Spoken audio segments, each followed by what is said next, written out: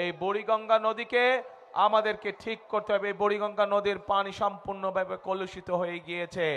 এই বুড়িগঙ্গা নদীকে আমাদের সুন্দর করে আবার পরিষ্কার করতে হবে, যাতে এই এলাকার মানুষ যেই বুড়িগঙ্গাকে নিয়ে গর্ব করত, সেই আমরা গর্বকে যাতে আবার ফিরিয়ে আনতে পারি। প্রিয় ভাই বোনেরা, এই এলাকার আরেকটি সমস্যা আছে। সেই সমস্যাটি হচ্ছে এলাকার মানুষের কর্মসংস্থানের সমস্যা। আমরা সিদ্ধান্ত গ্রহণ করেছি যে ইনশাল্লাহ বিএনপি সরকার গঠন করলে ঢাকা শহর সহ যেখানে যেখানে বাংলাদেশের যেই বিষয়ে বিশেষজ্ঞ আছে সেখানে সেই অঞ্চলের উপযুক্ত করে ইনশাল্লাহ আমরা শিল্প কর কারখানা গড়ে তুলব, যাতে করে সেই এলাকার মানুষেরা, সেই এলাকার যুবকরা, সেই এলাকার তরুণরা, সেই এলাকার মেয়েরা সেখানে কর্মসংস্থানের ব্যবস্থা করতে পারে।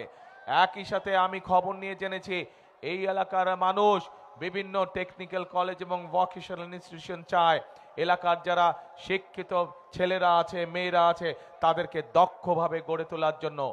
এরই ভিতরে আমরা পরিকল্পনা গ্রহণ করেছি যে বিএনপি ইনশাল্লাহ সরকার গঠন করলে শুধু ঢাকা 6ই নয়, আমরা সমগ্র বাংলাদেশে পর্যায়ক্রমিকভাবে সব জায়গায়, সব অঞ্চলে, ওই অঞ্চলের উপযোগী করে আমরা ভোকেশনাল ইনস্টিটিউট, টেকনিক্যাল ইনস্টিটিউট, আইটিতে যে আমাদের ছেলেমেয়েরা কাজ করে তাদেরকে বিভিন্ন বিষয়ে ট্রেনিং দেওয়ার জন্য আমরা এই প্রতিষ্ঠানগুলি গড়ে তুলব।